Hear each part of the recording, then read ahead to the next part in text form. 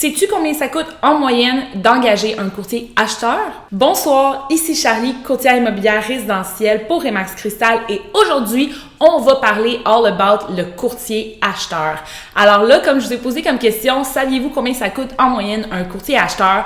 Ben la réponse, c'est $0. Combien ça coûte pour l'acheteur d'engager un courtier immobilier? Normalement, dans la majorité des cas, ça va vous coûter rien pantoute. C'est pour ça que de nos jours, on entend beaucoup parler des courtiers acheteurs puis comment c'est important d'aller chercher un courtier acheteur. Puis je vais vous expliquer dans le fond comment ça fonctionne, comment la nouvelle réglementation qui a été émise par l'OASIC fonctionne par rapport au courtier de l'acheteur, puis pourquoi que quand vous êtes un acheteur, c'est très, très important avant de commencer vos démarches pour acheter votre maison, de magasiner votre courtier, puis de trouver la personne avec qui vous allez pouvoir magasiner votre maison. Alors, je vais parler aussi de l'importance d'être représenté quand on est acheteur. Bon, évidemment, vous le savez comment ça fonctionne. Quand tu veux vendre ta maison, tu appelles un courtier pour qu'il représente ta maison, pour qu'il puisse vendre ta maison. Et bien, de nos jours, qu'est-ce qui est commun de faire de plus en plus avec toutes les nouvelles lois qui ont été mises sur pied il y a quelques temps? Ben, c'est d'avoir aussi un courtier pour nous représenter quand on va acheter notre propriété. Et il y a certaines personnes qui ont cette fausse croyance-là que quand il y a un courtier dans la transaction, automatiquement, il va protéger mes intérêts, même si je suis l'acheteur, il va s'occuper de moi, il va faire ma PA pour moi, tout ça. Puis ce qui est important de comprendre, c'est que depuis 2022, il y a une nouvelle loi qui empêche un courtier vendeur de représenter autant le vendeur que l'acheteur. Quand on est un courtier, on représente notre client. Alors l'acheteur, je peux pas le représenter aussi parce que ça vient en conflit. Donc c'est un peu ça qui a été mis en place récemment. Il y a plusieurs gens qui expliquent ça un peu comme si... C'est un peu comme si on voyait ça un peu avec un avocat. Exemple, tu fais un divorce, puis tu as d'un côté un avocat, puis cet avocat-là représente aussi l'autre partie du divorce. Ça ne fonctionne pas. Donc, c'est là où est-ce qu'on a fait des règles pour justement encadrer et s'assurer que quand tu es un courtier du vendeur, tu ne peux pas représenter les intérêts, tu ne peux pas agir dans les intérêts de l'acheteur. Donc, quand vous allez acheter une maison puis que vous dites, ben il y a un courtier vendeur, ben lui, là, juste que vous compreniez, la loi l'encadre pour que lui, il mette tout en son pouvoir pour protéger les intérêts du vendeur et non les vôtres. Il ne pourra pas vous partager des comparables, il ne pourra pas vous aider sur les stratégies de prix, il ne pourra pas vous aider à faire l'analyse et tout ça, vous donner des conseils. Il pourra seulement vous donner un traitement équitable. Ce qu'il peut faire avec vous, l'acheteur, c'est très limité parce qu'il doit absolument représenter le vendeur. Moi, personnellement, je trouve que c'est une très bonne chose. Je trouve que c'est la chose logique quand on y pense.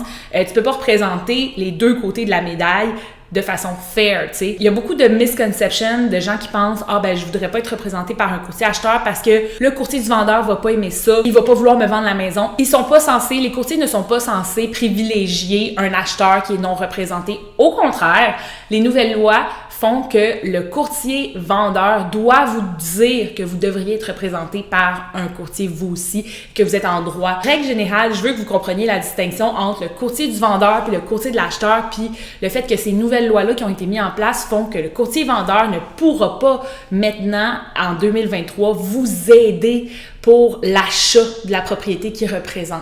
Il va seulement pouvoir vous traiter de façon équitable. Honnêtement, moi, personnellement, si j'achète une maison, je préférais nécessairement avoir quelqu'un qui s'occupe de mes intérêts. Aussi, quand vous allez rentrer dans une transaction immobilière, le vendeur va être représenté par un professionnel de l'immobilier. De votre côté, si vous n'êtes pas représenté par un professionnel de l'immobilier, ça peut être dommageable pour vous aussi. Quand on arrive là, on n'a pas les mêmes outils que la personne qui est représentée par un courtier. Ça, c'est super important de comprendre ça. Puis honnêtement, un autre aspect super important, un autre avantage de prendre un courtier acheteur, c'est tout l'aspect de les contre-propositions, la négociation. Est-ce que vous allez être capable de le faire par vous-même, ne serait-ce que remplir adéquatement les documents puis s'assurer que tout est en bonne et due forme.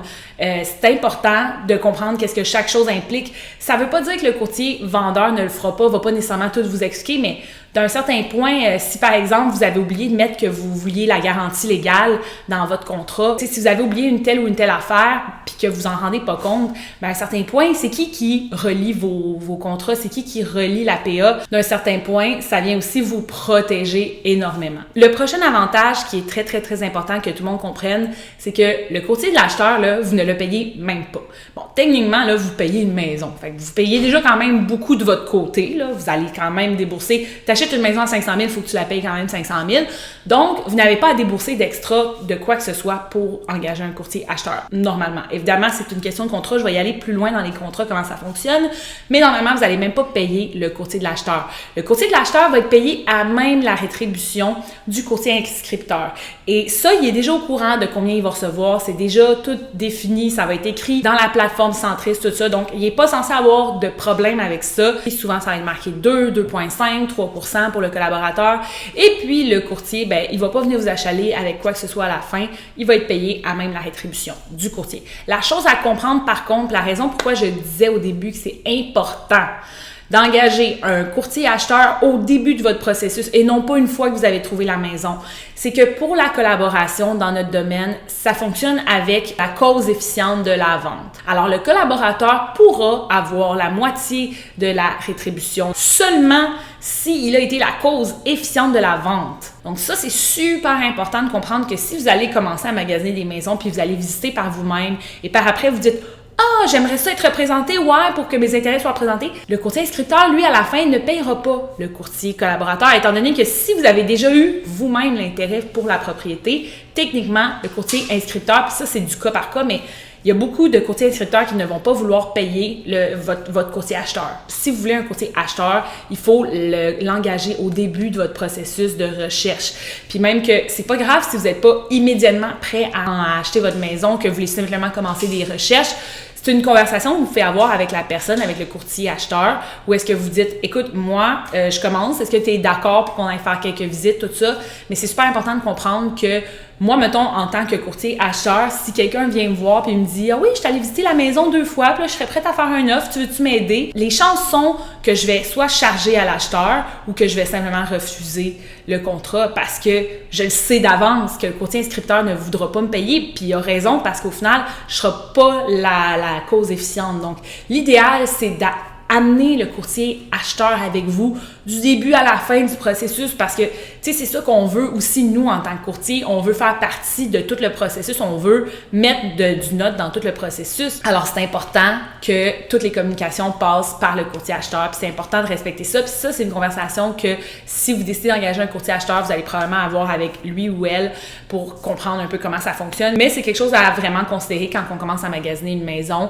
La première étape avant de magasiner votre maison, c'est de magasiner votre courtier. Trouvez votre courtier, trouvez quelqu'un avec qui vous avez un bon fit, qui est dans un secteur dans lequel vous cherchez et par la suite, commencez à faire la recherche avec un expert. Puis aussi, ça va vous simplifier votre recherche. Le courtier acheteur, là, lui, là, s'il fait bien son travail, là, il a accès à un réseau de contacts immense, OK? Donc, des gens qui vont pouvoir vous aider avec la préqualification, des gens qui vont pouvoir vous aider en matière d'assurance, peut-être, en matière d'inspection, des partenaires pour le déménagement, trouver votre notaire, tout ça. Donc, lui, le courtier acheteur, là, il va pouvoir vous épauler de A à Z, il va faciliter votre travail pour qu'il soit le plus allégé possible. À un certain point, tant qu'à prendre le service de quelqu'un, prenez-le du début à la fin. Je voulais faire une vidéo YouTube justement pour que je puisse prendre le temps d'expliquer un peu la mécanique du courtier inscripteur, courtier acheteur, tout ça, parce que je sais que c'est complexe, puis pour le public, c'est quelque chose qui est comme un peu méconnu ou qui est pas bien compris, puis il y a certaines fausses croyances, puis je trouve ça important d'informer les gens parce que, comme je le dis tout le temps, l'information,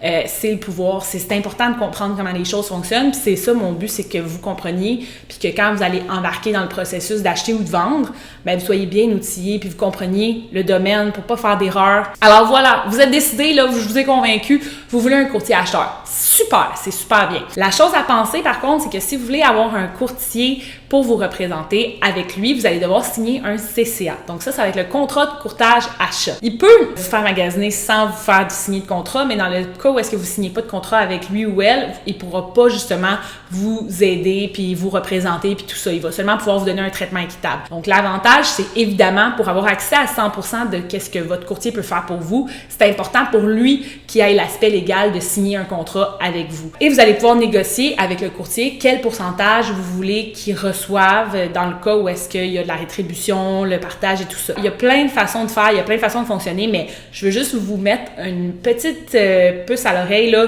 Vérifiez comment fonctionne la rétribution avec votre courtier acheteur. Vérifiez c'est quoi, comment il fonctionne lui. Est-ce qu'il va accepter la rétribution du courtier collaborateur ou il va vous demander à la fin de compenser? Parce qu'il y a certains courtiers qui vont dire « OK, moi, je vais faire ton contrat pour 3%, mais le collaborateur donne 2%. » Alors, dans certains cas, l'acheteur se retrouve à devoir payer de sa poche le 1% de plus au courtier acheteur. Donc, c'est important quand vous allez être prêt à acheter puis que vous allez être prêt à justement vous asseoir avec le courtier acheteur. Hopefully, ça va être moi, fait que moi, je vais tout vous expliquer ça comme faux, mais bon. Mais dans tous les cas, il faut juste vérifier avec lui comment fonctionnera la rétribution. Dans le cas où est-ce que la rétribution du courtier inscripteur est pas suffisante par rapport à ce qui est inscrit dans le contrat. Comme je vous l'ai dit, il n'y a aucune raison de ne pas prendre un courtier acheteur. La seule chose, c'est qu'il faut faire attention par contre quand on regarde le contrat acheteur. Il faut juste bien lire les clauses, il faut juste s'assurer que dans tous les cas, vous ne payerez pas à la fin.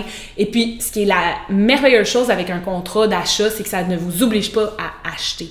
Peu importe si vous achetez ou pas, là, vous pourriez magasiner pendant 1 an avec un courtier, vous le faites trimballer à gauche, à droite, puis finalement, vous décidez que vous ne voulez pas acheter, vous n'avez rien à payer. Si vous achetez rien, vous ne payez rien. Quand vous achetez, normalement, vous êtes censé seulement payer au vendeur, puis c'est le courtier du vendeur qui est censé payer votre courtier à vous. Donc, si jamais vous êtes prêt à acheter votre première propriété ou que vous pensez peut-être acheter votre première propriété, ben n'hésitez pas à m'envoyer un texto, à m'écrire un courriel. Je vais mettre aussi, là, j'ai maintenant un petit site où est-ce que vous pouvez booker une consultation avec moi gratuitement. Ça peut être une consultation rapide de 15 minutes. Si vous avez juste quelques questions sur l'immobilier, ça me fera plaisir d'y répondre. Ça peut être une consultation d'1 heure si vous voulez vraiment qu'on voit si vous êtes prêt à acheter puis qu'on commence à discuter du processus, tout ça. Puis même, ça peut être si vous voulez que j'évalue votre maison puis que j'aille chez vous. Vous pouvez booker directement avec cette application-là. Juste pas oublier de me laisser votre numéro de téléphone pour que je puisse vous confirmer le rendez-vous. Voilà, toutes les informations vont être dans la description ici. J'espère que vous avez apprécié cette petite vidéo. Merci à tout le monde de m'avoir écouté. N'oubliez pas de vous abonner à ma chaîne et n'oubliez pas d'aller me suivre sur tous mes réseaux sociaux. Je poste plein de contenu sur Instagram, sur TikTok, sur Facebook. Donc, merci à tout le monde et sur ce, je vous souhaite une bonne semaine!